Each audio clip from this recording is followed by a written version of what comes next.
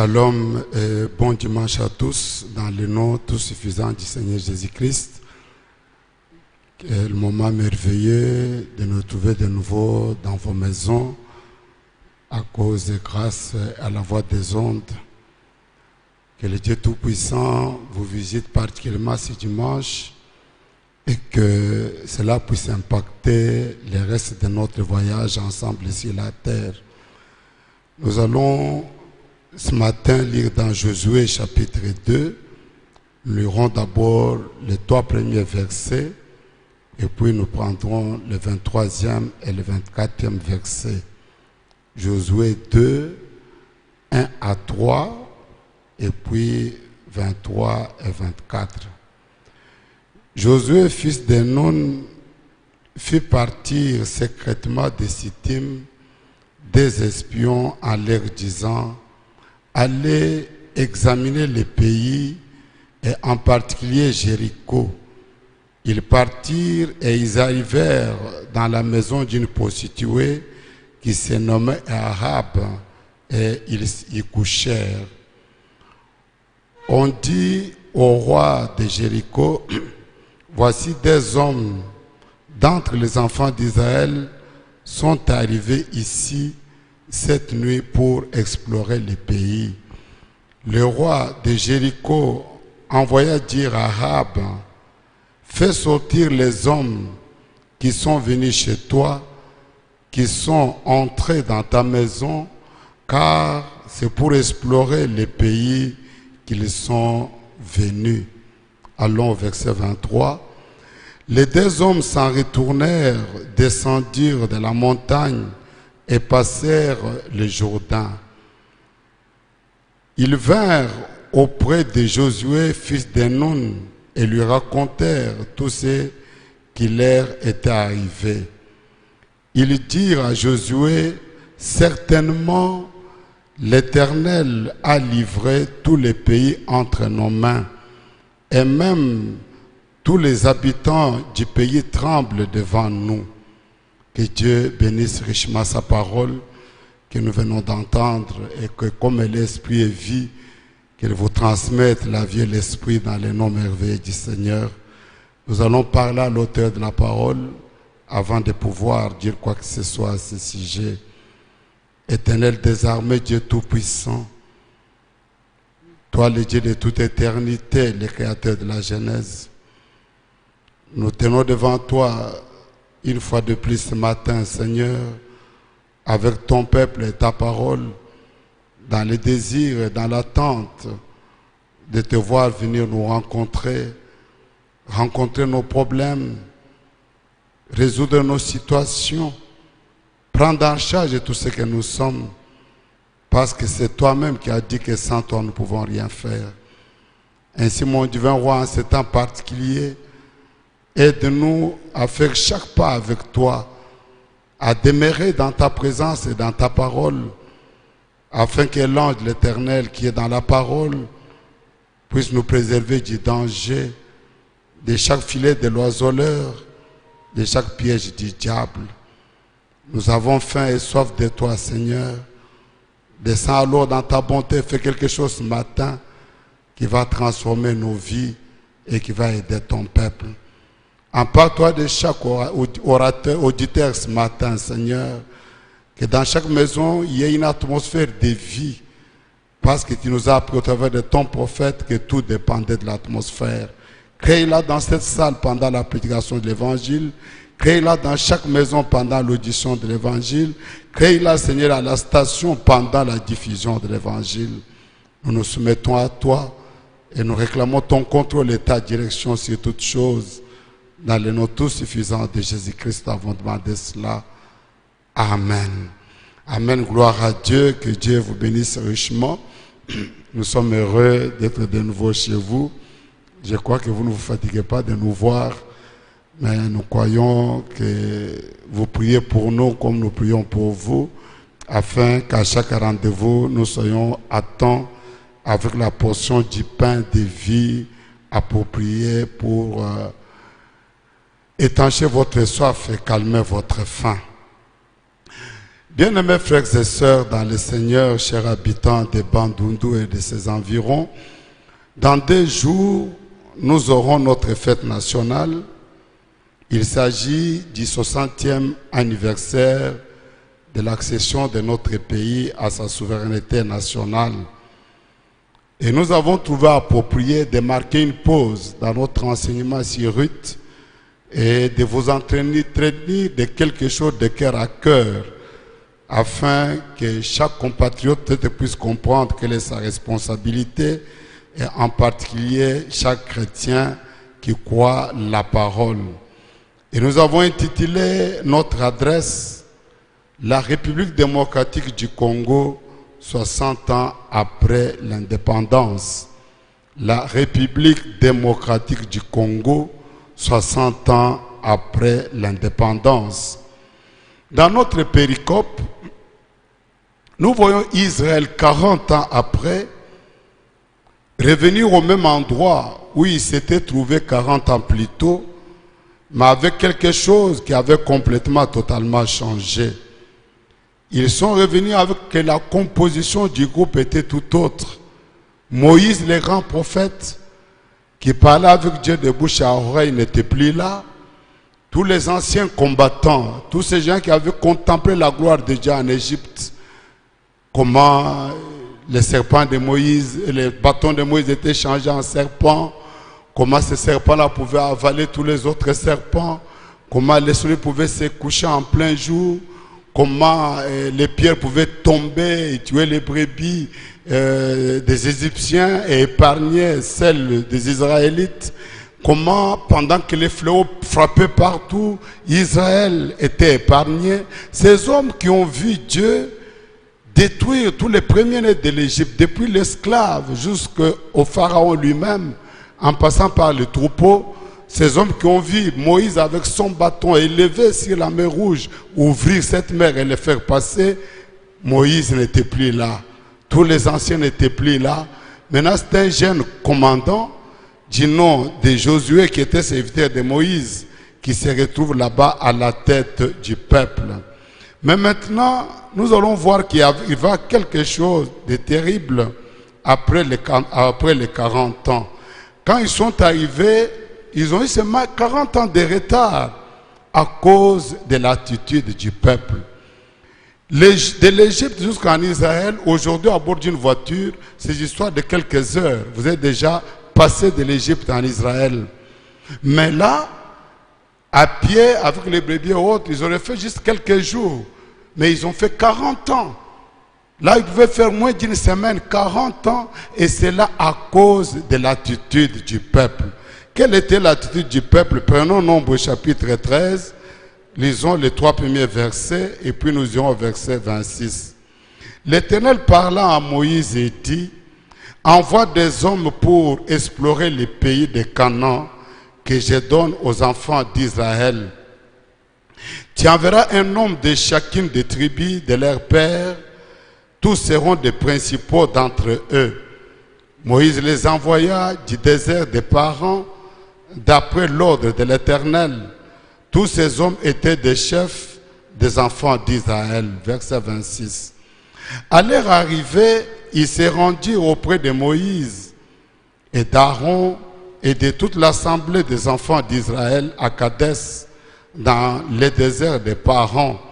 Ils leur firent un rapport ainsi qu'à toute l'assemblée en leur disant ce qu'ils montèrent les fruits du pays.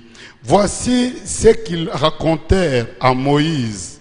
Nous sommes allés dans le pays où tu nous as envoyés.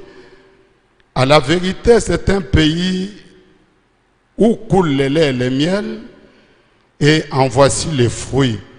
Mais le peuple maille. Maintenant, vous voyez, jusqu'au verset 27 là, les gens qui étaient envoyés en exploration à Canaan, ils ont trouvé exactement les choses comme Dieu les avait dites. Que ce serait un pays merveilleux, un pays où coulait le lait et le miel, un pays qui serait différent de l'Égypte, où on devait planter les champs et les arroser. Mais là, en Canaan, Dieu a envoyé en son temps la pluie, il arrosait lui-même la terre et il donnait du fruit au peuple. Il lui coulait le lait et le miel. J'en avais déjà parlé ici, ce n'est pas qu'il y avait des abeilles partout, là qui pouvaient aller conquérir un tel pays, mais il y avait le dattier, qui est un arbre du type de palmier, et c'est noix appelé data, de là où on tire le miel, qui est encore connu aujourd'hui et vendu en Israël. Comme il y en avait beaucoup, ça serait beaucoup de miel, et le lait, ce peuple-là était un peuple éleveur. Ils ont vu cela, ils en ont même apporté la preuve. Quand vous êtes en Israël, vous voyez que les signes pour le tourisme en Israël, c'est juste le témoignage du retour de ces hommes de Canaan. Vous trouvez des hommes portant une perche où il y avait la grappe des raisins. C'était tellement lourd qu'une seule personne ne pouvait pas porter cela. La preuve que le pays que Dieu avait promis à Abraham, à Isaac et Israël était un pays réel. Maintenant, au verset 28, c'est là où la chose, les témoignages, où les rapports deviennent différents, ils deviennent piquants. Ils disent maintenant, mais le peuple qui habite ces pays est puissant. Les villes sont fortifiées, très grandes. Nous y avons vu des enfants d'Anak. Les Amalécites habitent la contrée du Midi. Les Étiens, les Jébusiens et les Amoréens habitent la montagne. Et les Cananéens habitent près de la mer et le long du Jourdain.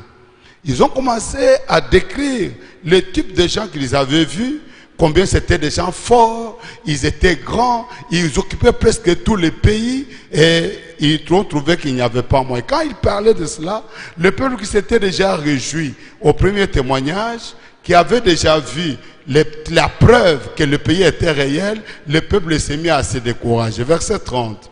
Caleb fit taire le peuple qui murmurait contre Moïse. Il dit, montons, emparons-nous du pays, nous y serons vainqueurs. Mais les hommes qui étaient allés avec lui dirent, nous ne pouvons pas monter contre ce peuple, car il est plus fort que nous. Et ils décrièrent devant les enfants d'Israël le pays qu'ils avaient exploité. Et ils dirent, le pays que nous avons parcouru pour l'explorer est un pays qui dévore ses habitants. Tout ce que nous y avons vu sont des hommes d'une haute taille. Et nous y avions vu les géants, enfants d'Anak, de la race des géants. Nous étions à nos yeux et aux leurs comme des sauterelles. Remarquez que le rapport qui avait bien commencé a été pratiquement effacé par les mains. Ils ont vu les pays, au lieu de s'arrêter là, ils ont commencé à faire les rapports des types de personnes qui étaient dans le pays.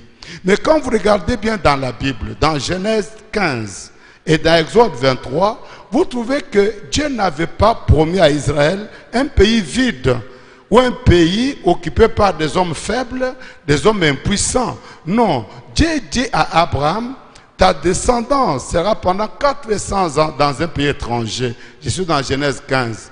Après une grande servitude, je les ferai sortir par une main puissante. Ils reviendront ici quand l'iniquité des Amoréens aurait déjà atteint son terme. Qu'on trouve les Amoréens à Canaan était normal, parce qu'on devrait les trouver là, mais avec leur iniquité qui avait atteint son terme. Maintenant, quand vous allez dans Exode 23, à partir du verset 20, Dieu dit, j'enverrai mon ange devant toi pour te protéger en chemin et te faire arriver au pays que je t'ai promis.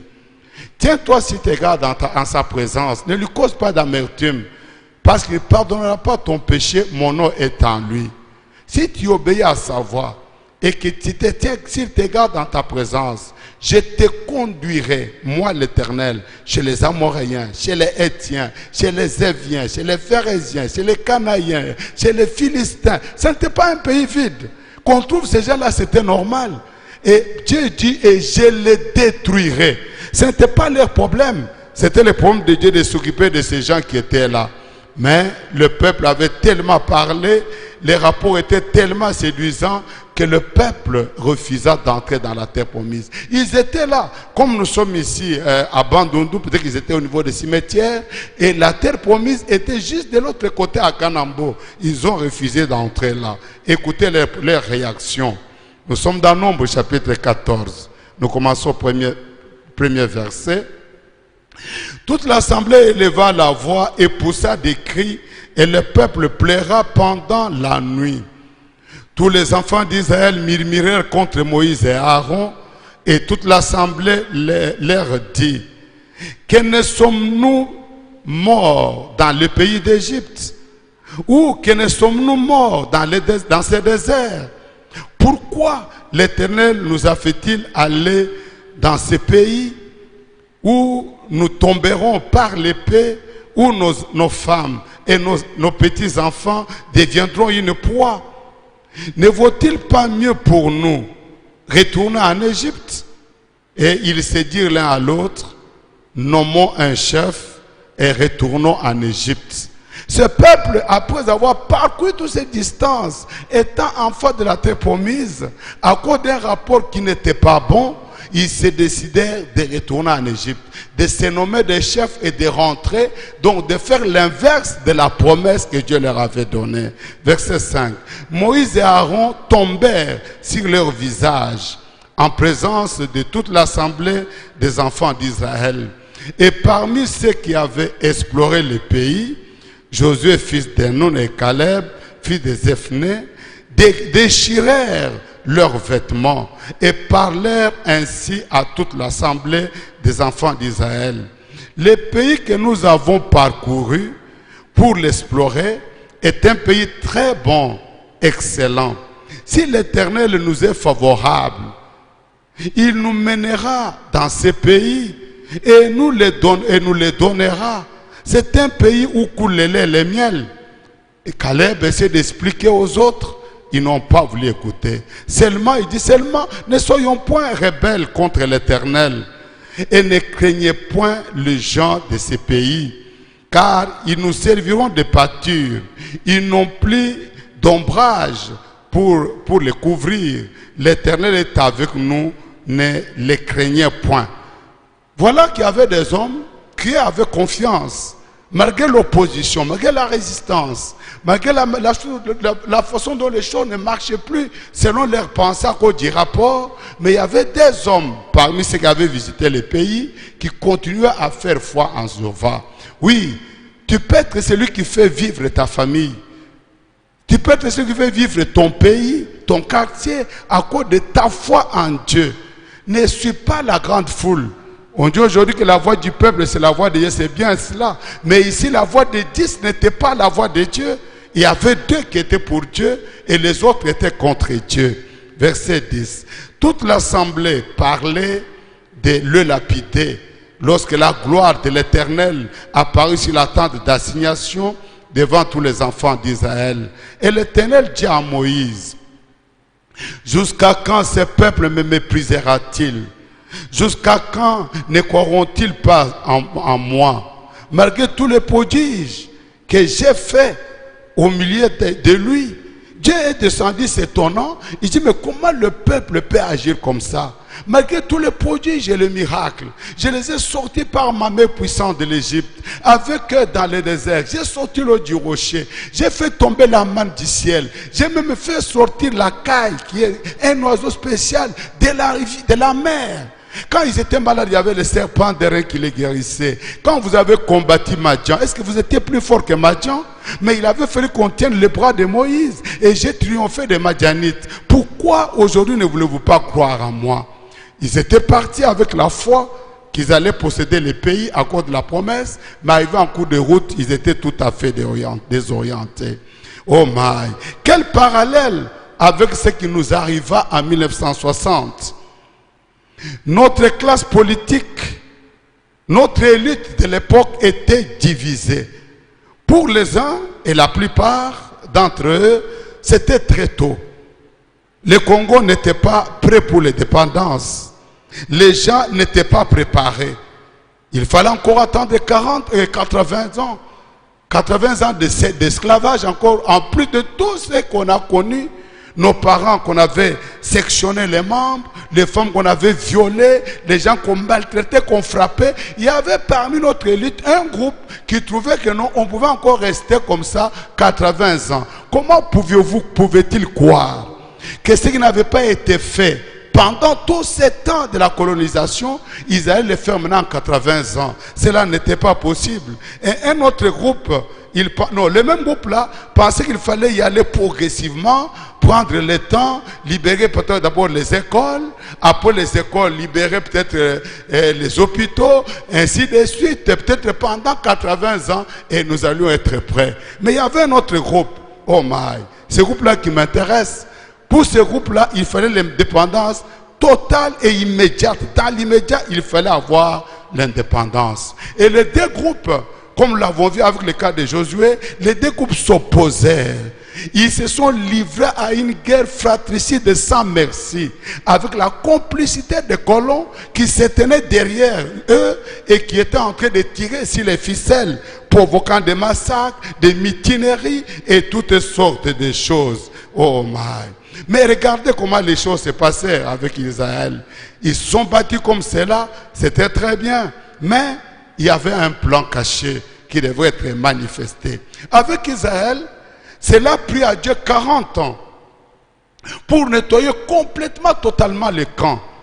Après 40 ans, tous les vieux combattants, tous ces gens qui se remémoraient constamment l'Égypte, les ailles d'Égypte, les concombres, les poireaux. Voilà ce que les gens là regrettaient. Ils mangeaient la manne du ciel, ce n'était pas suffisant. Il fallait retourner manger le poireau en Égypte, être frappé, violé, tué, manger le poireau et la aille. Aujourd'hui, nous avons la aille partout ici, dans chaque maison. Nous avons les poireaux, nous avons les concombres. Mais qu'est-ce qu'il y a de spécial là-dedans, de plus que la promesse que Dieu était en train de faire?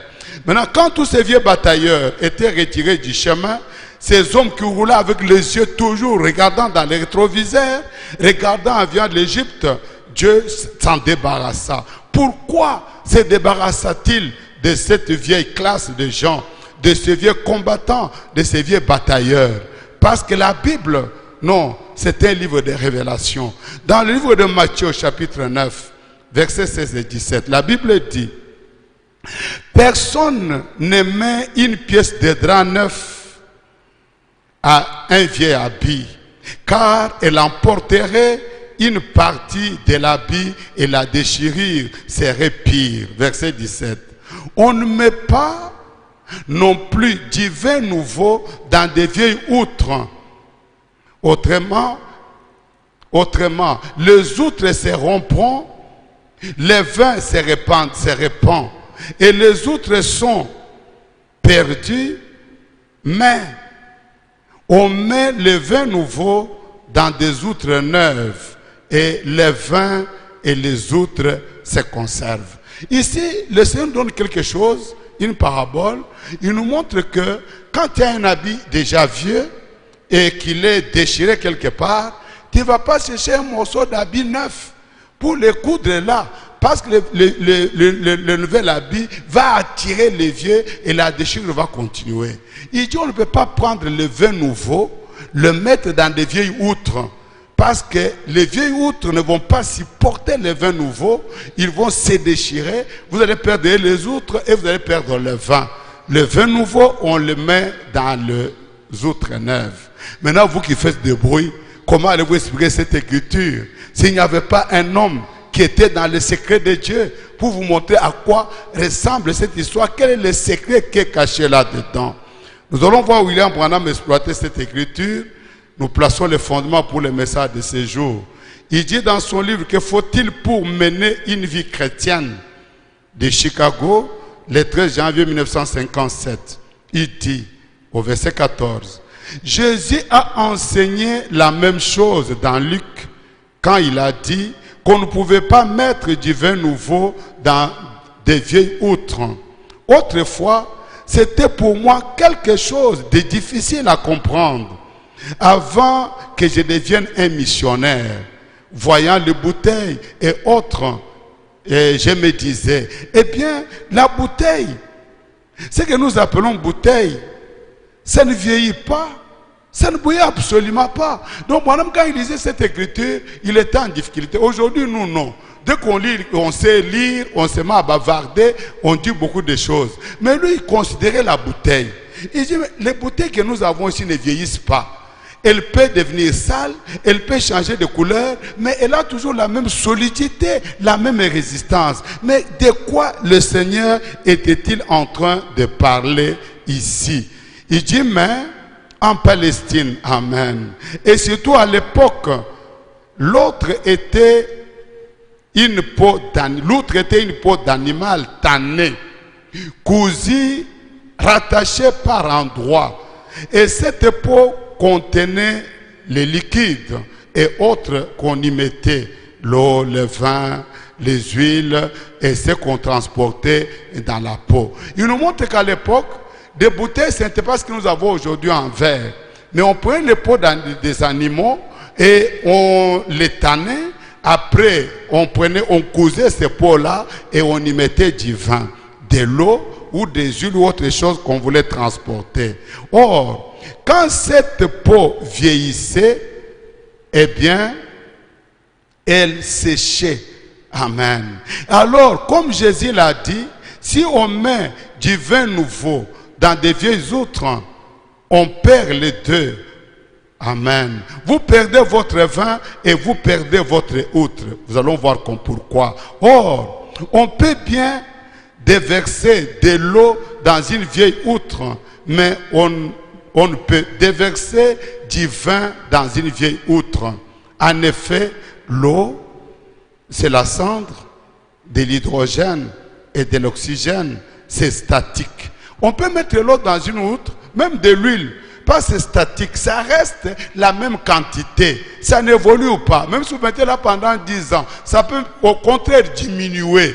C'est pourquoi on peut mettre l'eau même dans une vieille outre, il n'y a pas de problème. On peut y mettre de l'huile. Amen. Mais ça se condense. C'est une substance sans vie. Mais ce sont des cendres issues de l'hydrogène. Ça c'est l'eau et de l'oxygène. Amen. L'oxygène et l'eau, et l'oxygène plutôt et l'hydrogène sont des cendres. Alors, mais le vin, oh suivez-moi bien, le vin a la vie. Et le vin lui, il a la vie. Le vin surtout, le vin nouveau, se fermente toujours et ça peut se dilater un peu. Quand nous fabriquons par exemple le vin de la Sainte-Seine, aujourd'hui, bon, le vin, on va l'acheter au marché, on peut m'acheter le pain chez les femmes qui le fabriquent, alors que ça doit être fait par les mains saintes et consacrées à Dieu. Le vin qu'on va, j'étais avec un missionnaire qui venait de Trinidad vers les États-Unis. Il nous dit aujourd'hui, ce qu'on nous vend comme vin rouge ici, il y a des vins rouges, on appelle vin rouge, mais qui ne vient pas des raisins, qui vient de l'osé que nous avons ici. Il y a des limonades qu'on met dans des bouteilles. Un jour, j'étais à Kinshasa, à l'époque, quand je n'avais pas encore compris ces choses, j'étais allé payer du vin pour la Sainte-Seine. J'arrive, je trouve une bouteille, une dame Jeanne, on me dit par exemple, prenons aujourd'hui, on me dit 15 000 francs. Je discute, ils peuvent descendre jusqu'à 13 000. Je me promène un peu, je vais que plus loin, je trouve une dame Jeanne à 25 000. Je dis, oh mais ça c'est fou. Il y a là-bas une dame Jeanne à 15 000. Il dit, oh, papa, attendez, je vais vous faire voir. Il est allé, il a pris cette dame Jeanne-là, il est venu avec. Il a tenu au cou ici, il a ouvert. Toutes les traits de sécurité étaient là. La bande qui montrait que c'était neuf était là, mais il avait ouvert. Il dit, voilà ce qu'on fait. On ouvre comme ça, on retire le vin, on y met des limonades, on lui met des secrets rouges et on vous vend, on peut vendre ça à 5 000. Est-ce que ça a une valeur? Pourtant, le vin de la Sainte Seine représente le corps, le sang du Seigneur. Il doit venir du raisin qui a été pressé, comme lui il a été brisé, blessé à Gethsémane. Et quand vous allez à Gethsémane, c'est le plus grand pressoir qu'ils avaient à l'époque en Israël. Le vin, quand nous le fabriquons, on vous conseille de ne pas mettre dans votre outre ou bien dans votre vase l'eau que vous allez utiliser ainsi que les raisins. Il ne faut pas que ça soit trop plein. Pourquoi? Parce qu'au bout d'un temps, le vin, les raisins là et le vin, ça va fermenter. En fermentant, ça augmente le volume, ça va se répandre. Donc le vin nouveau, il a la puissance de se dilater et d'augmenter de volume ou de quantité. Si ça gonfle dans cette vieille outre, dans la vieille peau sèche, celle-ci va éclater et s'ouvrir d'un coup de vent. Amen. Pourquoi on ne peut pas mettre le vin nouveau dans une vieille outre? La vieille outre maintenant elle a séché, la peau là est devenue vraiment trop dure. Quand le vin commence à augmenter de volume, vous verrez simplement que la vieille outre va éclater et le vin va se répandre. Or, alors, on perd la peau et l'outre aussi. L'outre s'abîme et le vin se répand. Eh bien, c'est à peu près, amen, le tableau que nous avons devant nous aujourd'hui. Vous ne pouvez aller dans un groupe de vieux intellectuels, formalistes, avec votre conception et chercher à adopter le programme de Dieu dans votre programme intellectuel. Donc aujourd'hui, tu ne peux pas prendre la parole, le message qui a encore la vie en elle et le mettre dans une vieille dénomination. Il y aura de sérieux problèmes. Les gens qui ont été baptisés depuis des milliers d'années au nom du Père, du Fils et du Saint-Esprit. Même si tu prends la Bible, tu montres que personne n'a jamais été baptisé comme ça. La vie d'une nation ne va pas accepter ça. Elle va commencer à pousser des cris, à pleurer, on va t'injurier, te taxer de tous les noms. Quand vous démontrez dans la Bible qu'il est dit, Israël, ton Dieu est unique. Il ne peut pas y avoir deux dieux. Jésus-Christ, oui, il est le Dieu tout-puissant ou c'est un farceur. Quand vous lui montrez que Jésus, c'est lui le vrai Dieu, comment ça peut marcher? Les gens qui ont eu toujours des diagonaises de toutes ces années, quand vous montrez qu'on ne peut pas avoir de diagonaises, vous sentez la vieille peau pleurer, crier, parce qu'elle ne peut pas augmenter de volume. Quand vous dites que les femmes ne doivent pas prêcher, mais ça devient un problème. Mais si ce sont des outres neuves, qui ont encore de l'huile à l'intérieur, quand le vin augmente de volume, quand une nouvelle révélation entre à l'intérieur, vous verrez que votre peau va simplement se dilater, il se dilate, il donne plus d'espace et la révélation peut entrer dans les groupes. C'est pourquoi vous allez voir que pendant les âges, il y a eu la gloire avec l'église catholique. Mais quand Dieu a donné le vin nouveau avec l'Itère, la vieille outre, les catholiques ne pouvaient pas accepter ça. Quand Dieu est venu avec les méthodistes, les baptistes et les autres, avec un autre vin nouveau, les baptistes, les luthériens ne pouvaient pas supporter cela. Quand il y a eu le mouvement de la Pentecôte, avec le Saint-Esprit revenant parmi les gens, comment les baptistes et les autres pouvaient-ils accepter cela? C'était trop neuf. Ça avait beaucoup de nouvelles choses. Les gens parlaient en langue, les gens prophétisaient, les gens roulaient par terre. C'était difficile d'être accepté par des gens qui étaient restés longtemps dans la même forme. Amen. En dehors de ceci, William Branham parle également d'une autre expérience. En dehors des outres, vous comprendrez cela quand nous allons commencer à prêcher réellement. Il dit dans le message Israël dans sa patrie, au paragraphe 54, il dit maintenant, observez simplement ce qui se passe aujourd'hui. Ces grandes églises, ils veulent tous que vous alliez dans leur église et dans leur organisation. Et chaque prédicateur tire pour essayer de se vanter. Et il s'en ira dire, bien, je peux bien être l'ancien du district, hein? Je peux être ceci et cela. Frère, je veux être chrétien. Amen. C'est ce dont les hommes et les femmes ont besoin, c'est de Christ. Paragraphe 55. Il dit, oh, quand je commence à le voir, à voir la manière dont il se comporte, cela me rappelle qu'ici, il n'y a pas trop longtemps, je prenais des petites vacances après mon retour d'Afrique. J'étais là-haut, dans le bois du Nord, tout en haut, à la frontière de l'Alaska, à 600 km d'une route pavée. Je me suis dirigé pendant 6 jours au dos du cheval vers un lieu reculé, m'éloignant de toutes choses. Et un jour, pendant que j'allais vers ces lieux-là, reculé, j'étais sur mon cheval. Celui-ci fut tout effrayé, un ours crie a surgi et il a eu peur. Et j'ai traversé là, et il s'est mis à courir, et nous avions traversé là. Et l'endroit, suivez bien frère maintenant, et l'endroit avait connu un incendie depuis longtemps.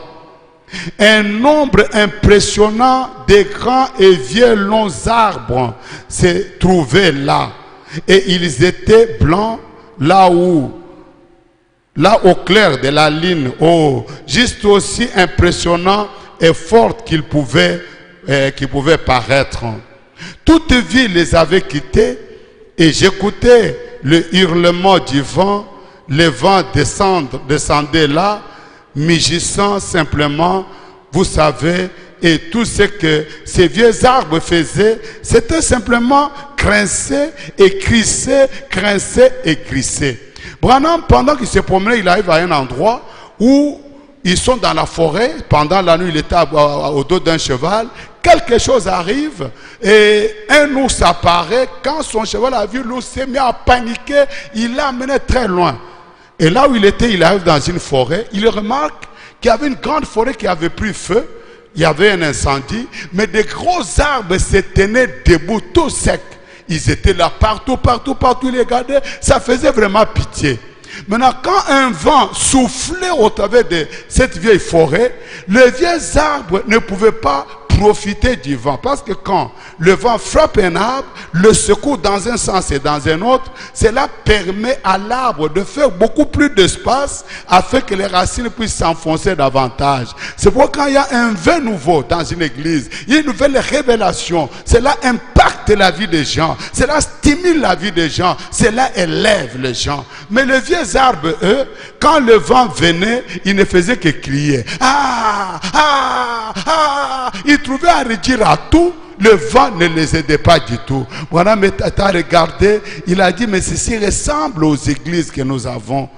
Et sont restés seulement des grands monuments, des grands bâtiments, des grandes cathédrales. Mais qu'on y mette un peu le vent du Saint-Esprit, comme dans la chambre haute, vous verrez qu'il n'y aura que des plaintes. Non, maintenant qu'est-ce qu'il commence à prêcher? Et nous n'avions jamais prêché comme ça. Depuis qu'on était avec le docteur Intel, notre pasteur avait fait ça. Mais qu'est-ce que ça a à voir? Dieu va de révélation en révélation. Avec Moïse, il avait fallu qu'il se tienne au bord de la mer Rouge avec un bâton pour que la mer Rouge s'ouvre. Mais avec Josué, il y avait l'arche. C'était une chose différente. Pas un bâton, pas une rivière ouverte. Le Jourdain continuait à couler quand Josué, avec son groupe, il avait désigné des sacrificateurs avec l'arche sur leurs épaules. Ils se sont avancés et quand ils ont touché l'eau, même au point où ils étaient à 1 centimètre, le Jourdain était là. Ils ne bougeaient pas. Mais quand ils ont placé leurs pieds dans la rivière, oh my, le Jourdain s'est ouvert. Ils se sont avancés au milieu du fleuve.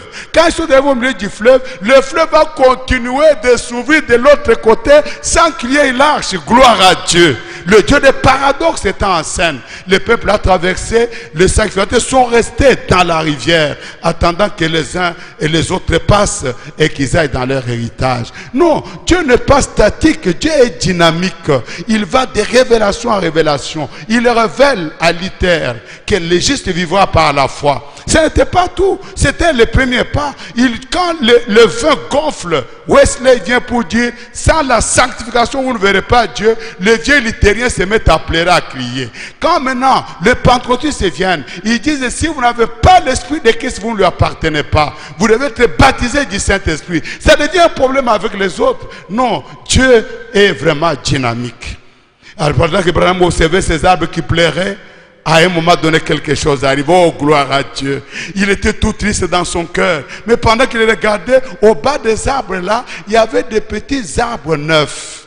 Des petits arbres verts qui avaient poussé, qui étaient les enfants de ces gros arbres. Oh my! Pendant que le vent soufflait là, le vieux est en train de pleurer, de crier, de grincer les dents, mais les petits arbres là étaient flexibles. Ils allaient avec le mouvement de vent. Jésus-Christ c'est le même hier, aujourd'hui, éternellement. Amen. Le baptême c'est au nom de Jésus. Gloire à Dieu. Tu ne prendras pas la forme de ton frère. Merci Seigneur. Alléluia. Et ils étaient là, les petits arbres, ils avaient la vision, ils avaient la flexibilité, ils avaient encore la force. Oui, ma prière est que Dieu vous donne cette flexibilité, cette possibilité de ne pas rester rigide, de ne pas vous accrocher aux vieilles choses qui n'ont rien à voir.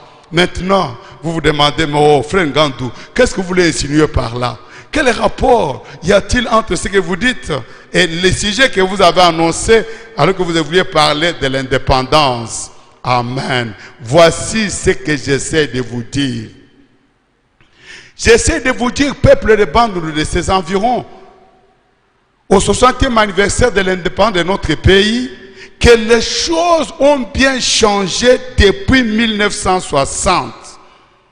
Ça ne sert à rien aujourd'hui de continuer à pleurnicher en évoquant le beau vieux temps où le Congo était premier producteur du cacao, premier producteur de maïs, des huiles de palme, où à l'époque où les Sud-Africains et les Maghrébiens quittaient chez eux pour venir étudier et se faire soigner au Congo, cette période-là est révolue.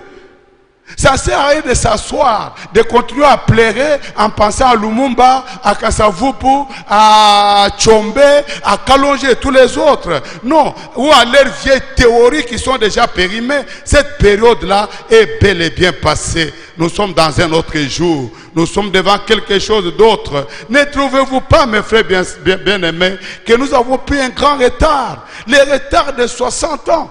Ne trouvez-vous pas qu'il est suffisant pour que quelque chose se révolte en nous et nous aide à avancer? Le retard est énorme. Oui, il nous faut nous lever à aller de l'avant.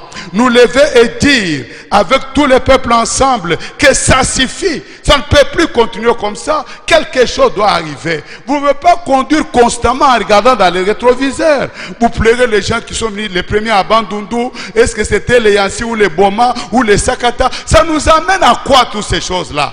Amen. Israël après 40 ans s'y prit autrement. Ils sont arrivés avec Moïse. Ils ont refusé de traverser. Mais quand ils sont venus 40 ans après, les choses avaient changé. Il y avait d'abord un nouveau commandant, Josué. Il y avait un nouveau peuple. Ces gens qui n'avaient pas connu la gloire de l'Égypte. Ces gens qui n'avaient pas vu ces choses. Ces gens qui n'avaient pas à redire, à contester, à réfléchir. Il y avait un nouveau peuple. De jeunes gens, apparemment naïfs, qui s'étaient nés là. On les a envoyés, ils sont partis, ils ont exploré le pays. Au lieu d'aller à 12, ils sont allés seulement à 2. Parce que la Bible dit, comment 2 personnes peuvent-elles marcher ensemble sans s'être convenues? Avec 2, on peut facilement se convenir qu'avec 12. Amen. Ils sont venus avec les rapports, que le pays est là. Ils sont avec un rapport différent. Au lieu de faire trembler le peuple, ils ont dit au peuple, ce qu'ils ont écouté dans la maison de Rahab. Rahab leur a dit, tout le pays ici tremble devant vous. Nous avons appris ce que Dieu a fait avec vous. Nous avons peur, nous tremblons. Donnez-moi des signes que vous allez épargner ma vie. Oui, le vin nouveau, la nouvelle dynamique ne marchera pas dans des vieilles outres. Les vieux pins, les vieillards, les gens qui ont des vieilles gloires, les anciens succès. Oh non, quand nous avions commencé, quand nous étions dans cette ville, quand c'était devenu la province. Non, ces choses-là ne marcheraient pas aujourd'hui. Aujourd'hui, c'est un autre jour. Amen. Aujourd'hui, frère, on ne peut pas rester là en train de pleurer l'appel Z. Ah, quand il y avait à Lusanga, l'appel Z. Quand il y avait à Vanga, le docteur Fontaine. Non, ça sert à quoi? Déplérer la gécamine, déplérer l'amiba, déplérer l'onatra, déplérer ces choses. Ces choses-là ne reviendront pas. Leur temps et leur saison est passé comme ces vieux arbres qu'on avait dans la forêt. Amen. Aujourd'hui, c'est un autre jour. Aujourd'hui, on n'a plus besoin d'avoir un grand bâtiment avec de grosses machines. Oh my, mesurant des dizaines de mètres. Non, quand nous avions commencé à prendre les ordinateurs, quand j'étais aux études, mais un ordinateur, c'était toute une salle. Un grand truc là. Mais aujourd'hui, c'est un petit truc comme ce que j'ai sur la table. Les choses ont évolué. Aujourd'hui, c'est un autre jour. Aujourd'hui, on a les start-up. Des jeunes gens qui s'élèvent. Il n'a pas d'usine, il n'a pas d'industrie, il n'a pas de magasin. Mais il est concepteur d'idées. Il raisonne avec sa tête. Il conçoit des choses. Est-ce que vous savez que Bill Gates n'a ni usine, ni magasin pour vendre? Mais il est l'homme le plus riche du monde. Ali Baba, qu'est-ce qu'il a fait comme travail? Il était aux États-Unis, il a seulement observé comment les choses se passaient. Il dit, mais non, on peut faire la vente en ligne chez nous. Il est rentré en Chine. Il a conçu son histoire là de vente en ligne. Aujourd'hui, il est au sommet avec beaucoup d'argent. Il y a eu Hubert. Hubert dit, non, il faut le covoiturage. Pourquoi dois-je aller à Kinshasa avec une voiture où nous sommes à 2 alors qu'il y a d'autres places vides? Pourquoi je ne peux pas prendre 2 personnes dans ma voiture et ils vont m'aider à payer le prix du carburant? Hubert aujourd'hui il est dans tous les pays, beaucoup d'argent, beaucoup d'argent. Oui, Branham a dit que nous sommes dans l'âge de l'intelligence. Nous sommes dans le jour après le prophète. Oh my, c'est dans ce jour-là que l'ange de l'Éternel est venu à Gédéon. Ce n'était pas avant. Il y avait le problème, ils avaient péché. Dieu leur envoya les prophètes. Mais après, quand le prophète avait quitté la scène, l'ange de l'Éternel lui-même est descendu. Merci Seigneur. C'est pourquoi William Branham pouvait dire, moi je partirai, mais l'ange de l'Éternel sera toujours dans ses messages. C'est le temps de la tête. La tête qui réfléchit, la tête qui raisonne. Tu peux devenir riche sans avoir beaucoup de diplômes, sans avoir des usines ou quoi que ce soit. Aujourd'hui, par exemple, nous avons ce qu'on appelle les drones. Ce sont des avions sans pilote. Ces avions-là, avant, c'était la fiction.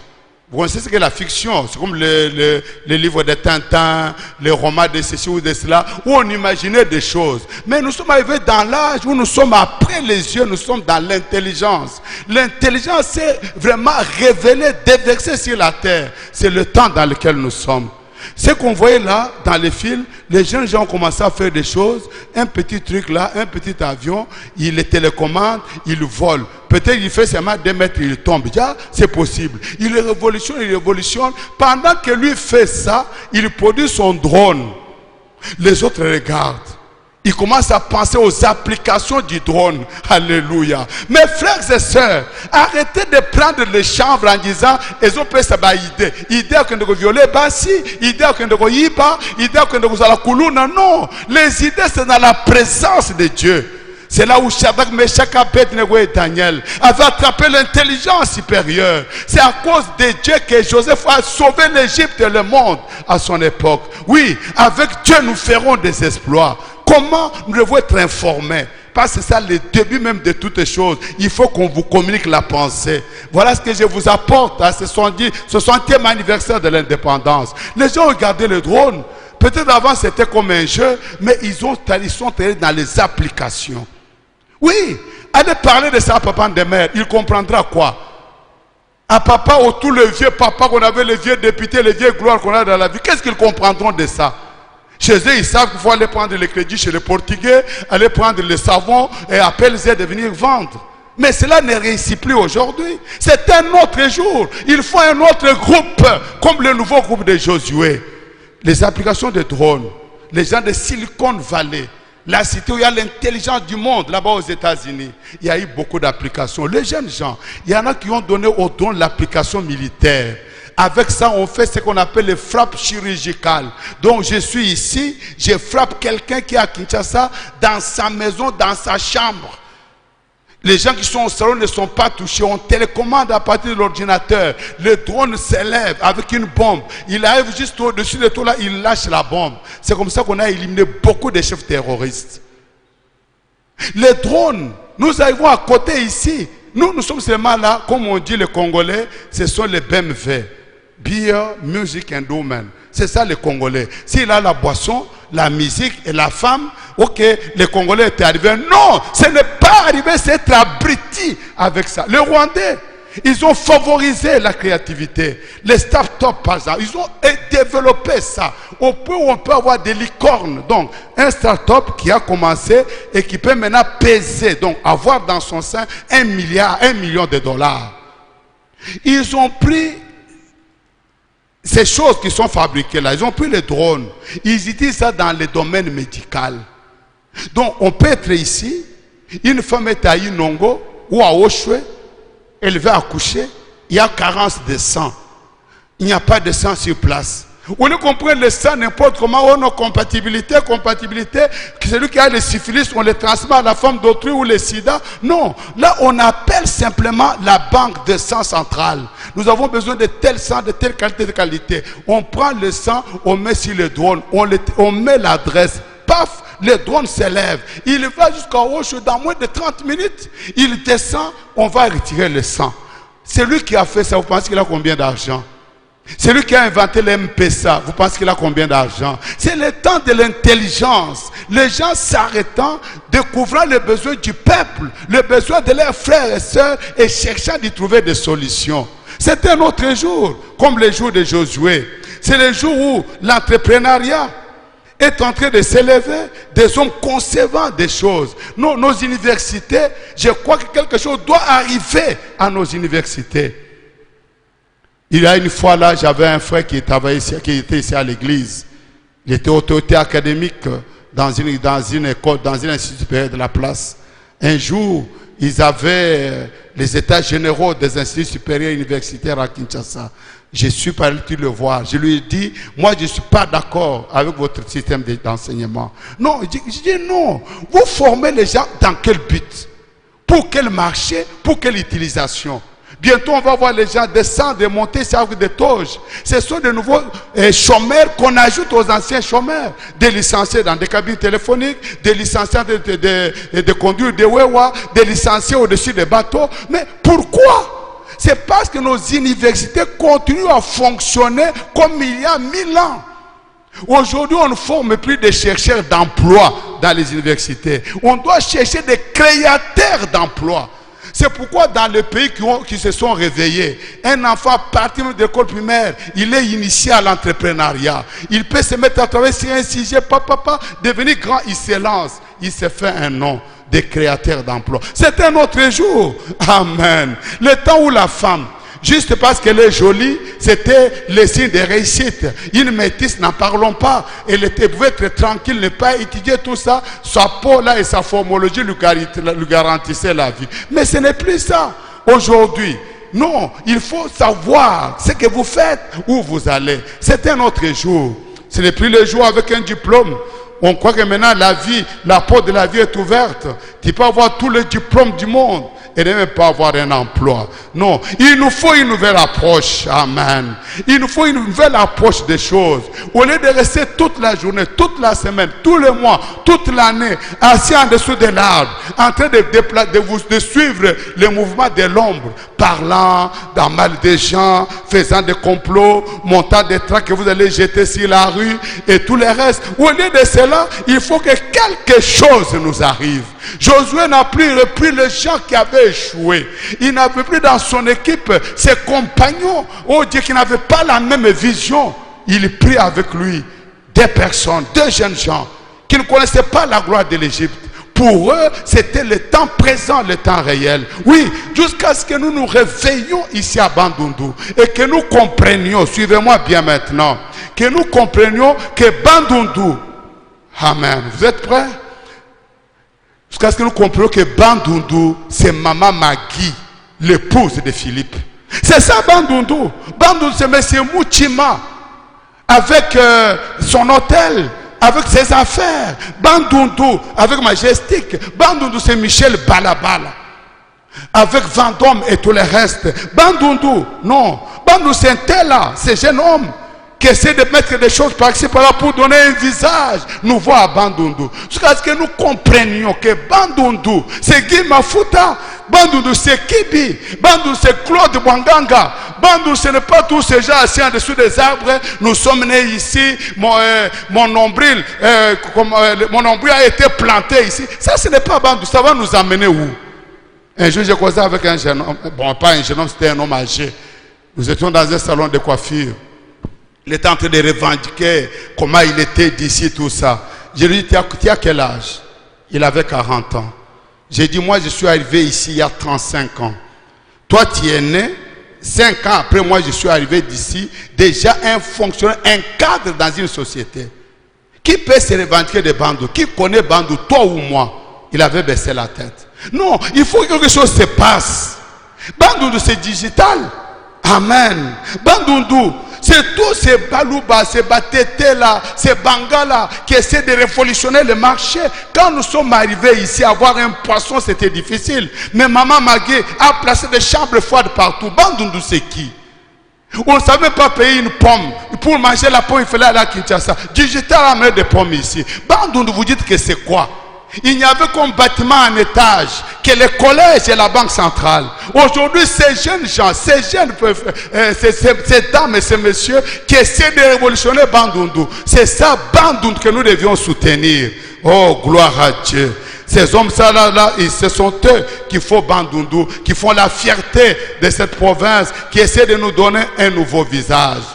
60 ans, nous sommes encore incapables de reconnaître que le Congo est un pays paradoxal, que le Congo est un pays des opportunités.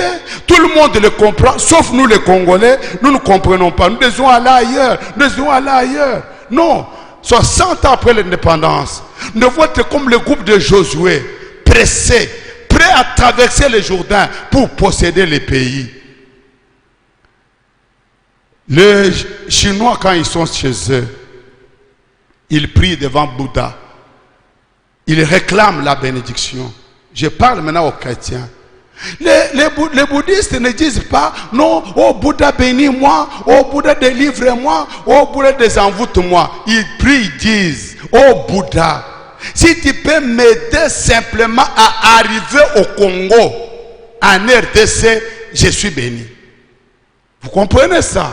Quelle différence avec nous qui sommes nés et qui avons grandi ici? Un jour, j'étais en transit à Harare.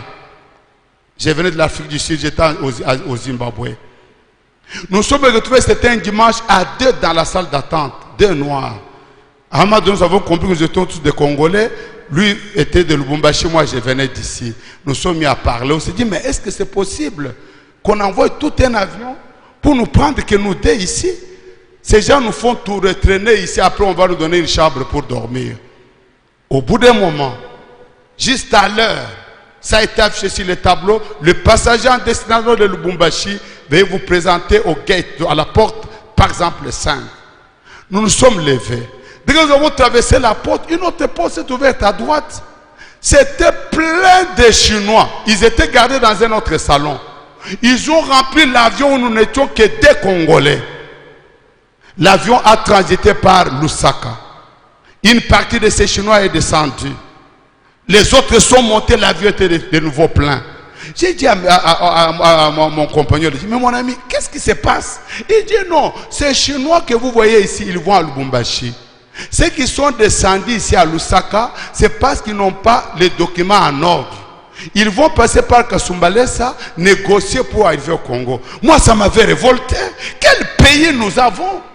Quel pays? Les Chinois quittent chez eux pour venir ici, les Belges veulent venir ici, les Américains veulent venir ici. Nous qui sommes là, nous sommes tellement aveugles que nous ne voyons rien. Non, il y a quelque chose qui ne va pas. Il faut que Dieu nous aide. Amen. Le multinational, les grandes nations du monde. J'ai écouté un autre jour Sarkozy, l'ancien président de la France, qui disait que non, on ne peut pas laisser ces Congos tout entier aux Congolais. Le Congo est tellement riche. Les gens ont voulu en faire un parc international, là où chacun pouvait venir se servir. Oh, non, il faut qu'il y ait un réveil de conscience au milieu du peuple pour savoir que Dieu nous a bénis, Dieu nous a amenés ici. Même si tout le monde ne comprend pas pourquoi nous sommes ici, aucune personne, aucune nation au monde n'accepte que nous vivions au-dessus de ces richesses que nous avons. Ils pensent que nous ne méritons pas ça. Mais oh, j'ai une bonne nouvelle pour vous ce matin. Même si tous se pensent ça, Dieu ne s'est pas trompé en nous mettant ici. Non, Dieu avait vu les Américains, il avait vu les Chinois, il avait vu les Français, les Portugais, les autres. Mais quand il avait fallu donner cette terre du Congo, avec toutes les richesses à un peuple, il nous a choisis, il m'a choisi. Ne soyons pas naïfs, ne faisons pas croire aux gens que Dieu s'était trompé en nous donnant ces pays. Oui, c'est dont le Congo a besoin. 60 ans après son indépendance, ce sont des outres neuves. Amen. Des hommes et des femmes qui commenceront par mettre la propriété devant leur propre parcelle. La saleté, c'est le signe de la pauvreté. Faut-il que le maire Kinda passe par les avenues criant que vous puissiez sarcler votre propre parcelle, votre propre maison, même dans l'avenue qui est au-devant de vous? Comment allons-nous développer dans un tel environnement? Il faut que quelque chose change, Seigneur, mes frères et sœurs. Il faut que Dieu nous aide. Amen.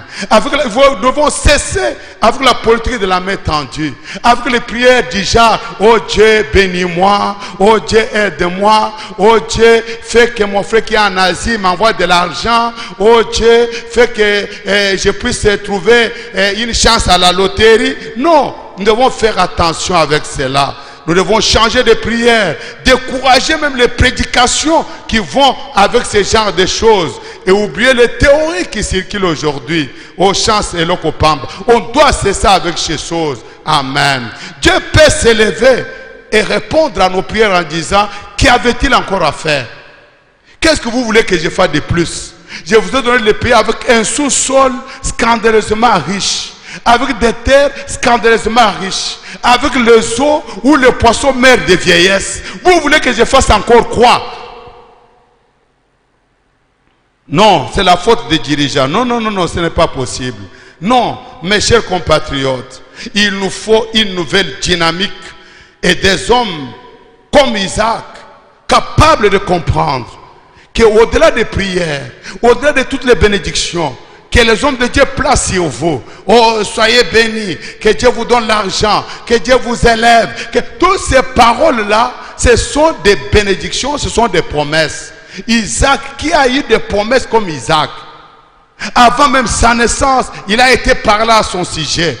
Quand Abraham était dans le pays des Chaldéens, quand ils sont sortis, la promesse était là. Avant que Isaac naisse, Dieu savait ce qu'il allait faire. Dieu l'a béni le jour où il était emmené sur la montagne pour être tué. Dieu dit à Abraham: parce que tu as fait cela, je vais te bénir. Je vais bénir ta famille, je vais bénir tes enfants. Il a prononcé des promesses. Et quand vous allez dans Genèse 26, Dieu a prononcé les mêmes promesses sur Isaac. Quand il lui a dit: ne quitte pas Harar, reste ici, je te bénirai, je te rendrai fécond, je multiplierai tes biens, ainsi de suite. Isaac n'est pas resté peuple de Bandundu, le bras croisé, attendant dans une permanence que la bénédiction de Dieu tombe du ciel. La Bible dit: Isaac s'aima cette année-là et il récolta au centuple. La promesse qui était donnée attendait un terrain d'atterrissage. Il avait fallu qu'Isaac fasse un grand champ, un champ de 20 mètres sur 20. Tu auras combien de sacs de manioc? Combien de sacs d'arachide? Combien de sacs de maïs? Oh non, tu vas au champ. À 11h, à 13h, tu es déjà rentré. Mais à qui la faute? La terre est là, arable, avec toutes les vitamines nécessaires. Mais c'est ton travail. Isaac s'aima cette année-là. Il récolta au centuple. La Bible dit: cet homme devint riche. Il devint fort riche. Il alla s'enrichissant. Non, Dieu bénit par le travail. Il n'y a que dans le dictionnaire où le mot succès vient avant le mot travail. Mais dans la vie réelle, non, il faut le travail et le succès vient couronner le travail. Amen. Oh, je sais qu'en ce temps, c'est quelques pionniers qui sont dans notre ville. Quand je parlais de Maman Magui et de tous les autres, le diable a déjà commencé à vous dire, comme il disait à Job: est-ce que c'est pour rien que Job t'aime? Tu l'as gardé, tu l'as protégé. Je sais beaucoup d'idées ont commencé à traverser ta tête. Peut-être que tu t'es dit: oh, si les frères Ngandou savaient, s'ils savaient comment tous ces gens. Toi, depuis que tu le sais, ça t'a aidé à quoi? Ça t'a avancé en quoi? Non, frères et sœurs, il faut que quelque chose arrive. Nous devons nous réveiller et mettre en valeur cette terre que Dieu nous a donnée. Dieu a créé le jardin d'Éden, mais il plaça Adam pour les cultiver. Il fallait que Adam donne la valeur à la terre qui était là. Non, c'est la risque du diable. Non, vous ne savez pas, cet homme-là, vous ne savez pas, vous le savez, ça vous aide dans quoi? C'est le diable qui veut vous bloquer, vous aider à faire du surplace. Amen. Tu peux y arriver. Tu peux avoir ta propre montagne. Tu peux avoir ta propre rivière. Amen. C'est cela que nous enseignons à l'école de la fourmi, montrant qu'une montagne, simplement, est un tas de grains de sable. Et que la rivière, c'est un amas de gouttes d'eau. Toutes ces montagnes que tu vois là, que nous avons citées là, dans la ville, ce sont des montagnes. Mais une montagne, c'est quoi? C'est pourquoi Dieu dit, apprenez de la fourmi, une petite créature. Mais regardez comment elle peut se nourrir, comment prévenir les temps de sécheresse, et comment elle peut construire des termitières qui sont des buildings. Si on compare la taille de la fourmi par rapport à une termitière, et qu'on me prenait pour multiplier ça, j'équivalerais à un bâtiment de 50, 80 étages. Mais nous sommes là à tourner toujours les pouces. La fourmi, qu'est-ce qu'elle fait? Elle travaille.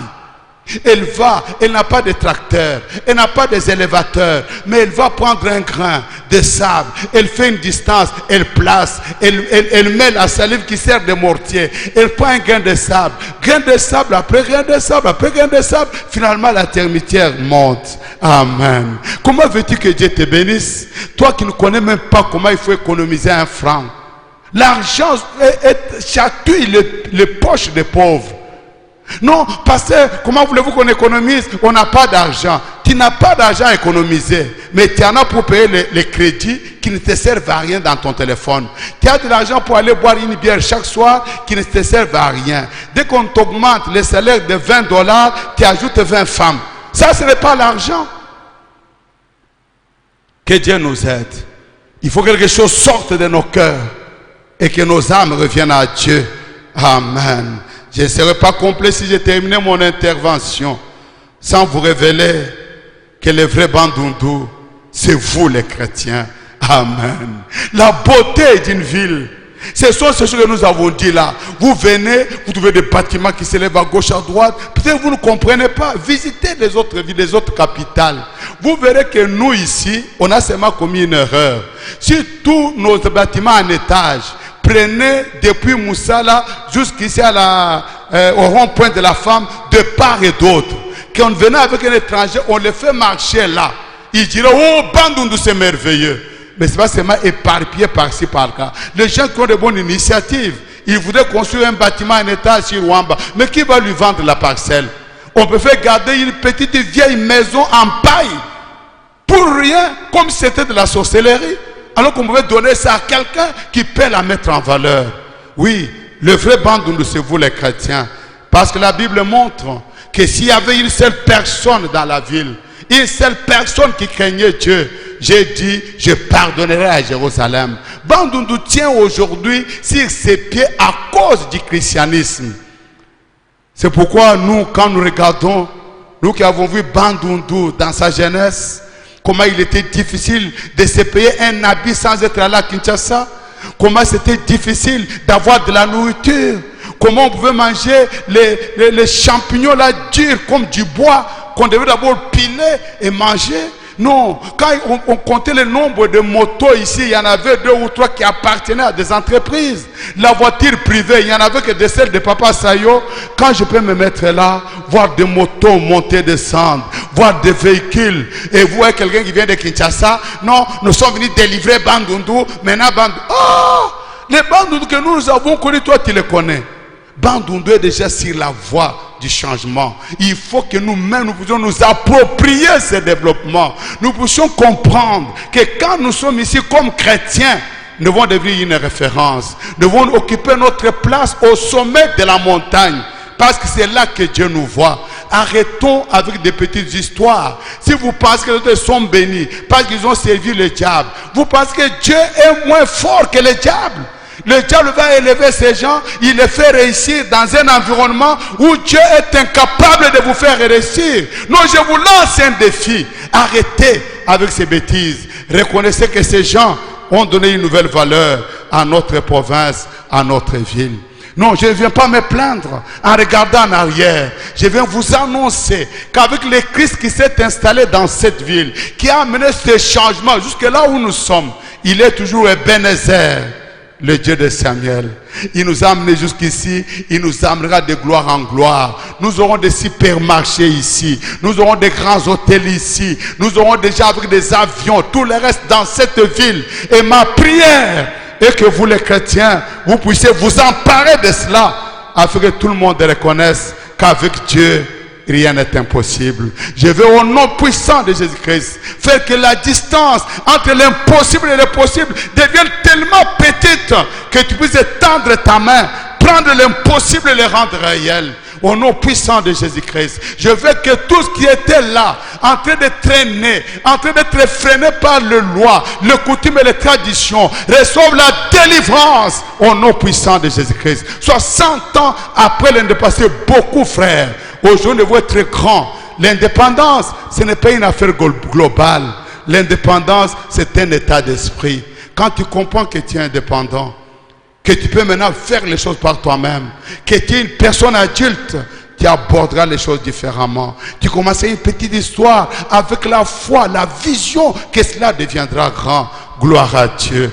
Merci Seigneur. Nous sommes fatigués d'avoir les gens qui sont là. Vous les trouvez ici à Bandundu. Mais quand on parle du Kwilu, pour lui, il voit c'est Maïdjofa. Mais ça, c'est une malédiction. Non, le Kwilu, c'est toute la province. C'est aussi Bagata. C'est aussi Belmiès. C'est aussi Simonkon. C'est aussi Massimanimba. Kwilu, ce n'est pas seulement Kikwit. Quand nous sommes là, nous regardons. Vous voyez des tracteurs traverser la ville de Bandundu, traverser nos champs, aller dans les Maïndombe. Aucun tracteur qui s'arrête ici. Mais allez sur la nationale. Vous voyez les tracteurs en train d'aller à Gungu, d'entrer à Idjofa. Bandundu, ce n'est pas seulement ça. Je me rappelle une fois, il y avait un homme, bon, je peux l'appeler un homme d'État par erreur, bon, parce que je n'ai pas d'autre mot, un homme d'État. Il était quelque part, on parlait du Congo, lui parlait du Katanga. On dit le Congo, il dit Katanga. Congo, lui dit Katanga. Ne soyons pas comme ça. Là où vous êtes là, développez cet endroit-là. Et Dieu vous bénira.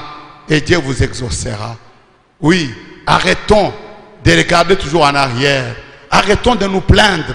Commençons par avoir une plate-bande dans notre parcelle. Commençons par rendre notre avenir propre. Les devants de notre parcelle, notre parcelle. Commençons par avoir la fierté de vivre ici. Amen. Moi, quand je me promène par la grâce de Dieu, ici au Congo, je suis dans une convention internationale.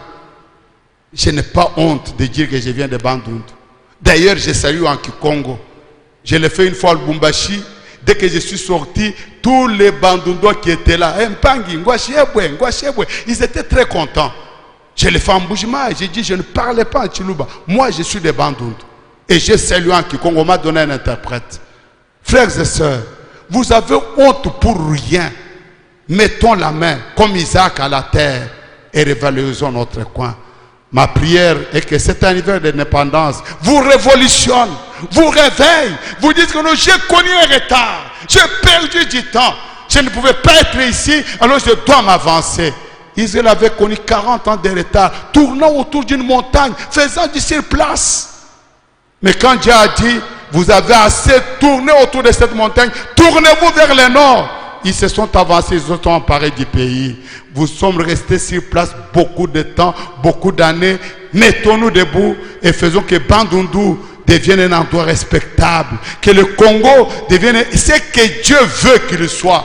Parce que Dieu ne nous a pas dotés de tout ce que nous avons pour que nous restions là où nous sommes en train de nous plaindre. Que Dieu nous fasse grâce, que nos politiciens se réveillent, qu'ils comprennent qu'on n'a pas à être là pour déranger.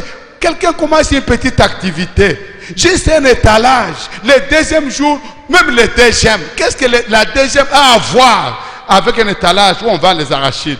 La NER arrive, les DGA, DGRAD, tout le monde vient. On ne donne même pas un petit temps de grâce pour que la maison s'installe. Je vais terminer en vous donnant un témoignage. J'étais un jour en Zambie. Le matin, j'étais en train de visiter la ville d'Ndola. J'ai vu des grosses choses comme ce qu'on a à Kinshasa, à l'échangeur, là, mais plus gros que ça, qui s'élevait. J'ai demandé c'est quoi ça. On me dit non, ce sont des greniers. Je dis quoi? Les greniers chez nous, ce sont les tissasa, quelque chose là qu'on met, on y met l'arachide. Mais un grenier comme ça, c'est quoi? Il dit non, pasteur. Pendant la période de la récolte, quand il y a par exemple les riz, l'arachide, l'haricot, l'État paye aussi ces produits-là. Il l'entasse ici. Quand à un moment donné de l'année, les produits deviennent rares, les commerçants commencent à faire les surenchères, l'État ouvre les greniers et les prix est ramené au niveau normal. J'ai dit, ah, Zambie, un endroit désertique, ils sont capables de faire de telles choses. Comment y sont-ils arrivés? Quand les moniteurs agricoles vont visiter les champs en Zambie, ce n'est pas comme ici chez nous, où c'est un casse-tête. Ils viennent, ils visitent tous les travaux, et ainsi de suite. On vous pose une question qu'on ne nous pose jamais ici. Est-ce que c'est tout ce que vous êtes capable de faire? Êtes-vous capable de faire mieux? Qu'est-ce qui vous manque? Non, mon ambition, vous voyez, j'ai fait 10 hectares cette année. J'ai besoin de faire 100 hectares pour planter les palmiers nés, 20 hectares de bananeraies. Ah bon, on prend note. Un jour, vous entendez un crin, on vous appelle. Vous allez à la banque, on vous donne un crédit. Ici, chez nous, non? Quand le crédit arrive, on les donne aux gens qui sont dans des bureaux. Les gens qui ne connaissent rien de la terre. Comment voulez-vous que les choses marchent, vous les politiciens? Un document passe dans un bureau 2 mois sans être touché. Non, l'homme là n'est pas là, l'enfant de sa fille est malade. Après non, c'est la cousine de son épouse. 2 mois, les documents, l'homme ne va pas au bureau. À la fin du mois, il est à la tembe en train de toucher l'argent. Non, le développement, frère, doit commencer par la tête. Vous, chrétiens, réveillez-vous. Devenez ce changement. Incarnez ce changement dans votre famille, dans votre quartier, dans votre service, dans votre pays. Et là, quand vous arrivez dans une banque, les gens sont déjà là nombreux depuis longtemps. Vous voyez un homme arriver, 2 minutes après on l'appelle. Oh, lui qui est-il?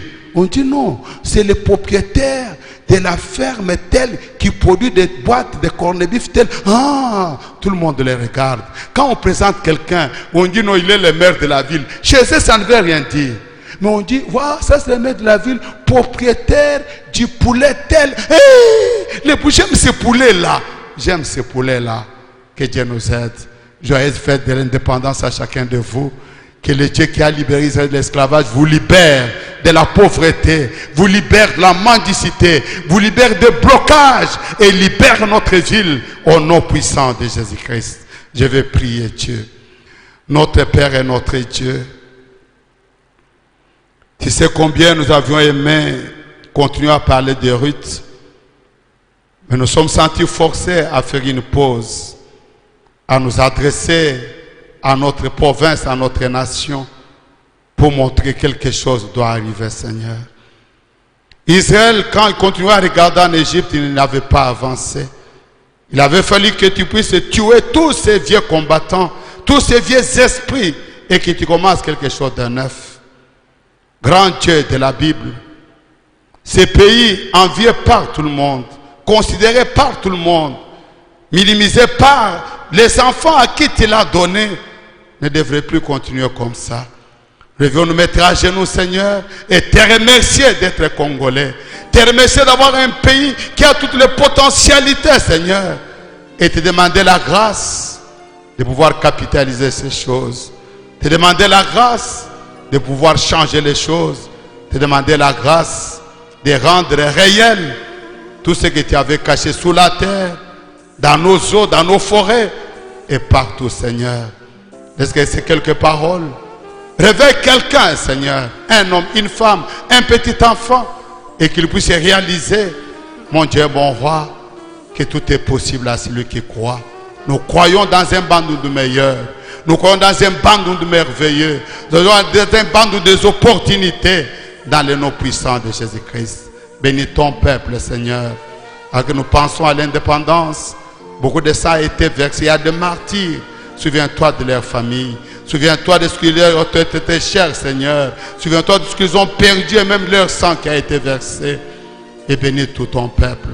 Maintenant, qu'un nouveau jour s'élève, comme s'éleva le jour du 30 juin, qui mit une ligne entre la colonisation et l'état de la liberté. Qu'une ligne soit tracée, Seigneur, en ce jour, entre ce que nous étions, des gens bloqués, minimisés, ridiculisés, pour être des gens meilleurs, excellents, capables de rendre ta parole réelle. Guéris le malade, Seigneur. Libère les captifs. Sauve les perdus et affermis le pas de ton peuple dans les combats.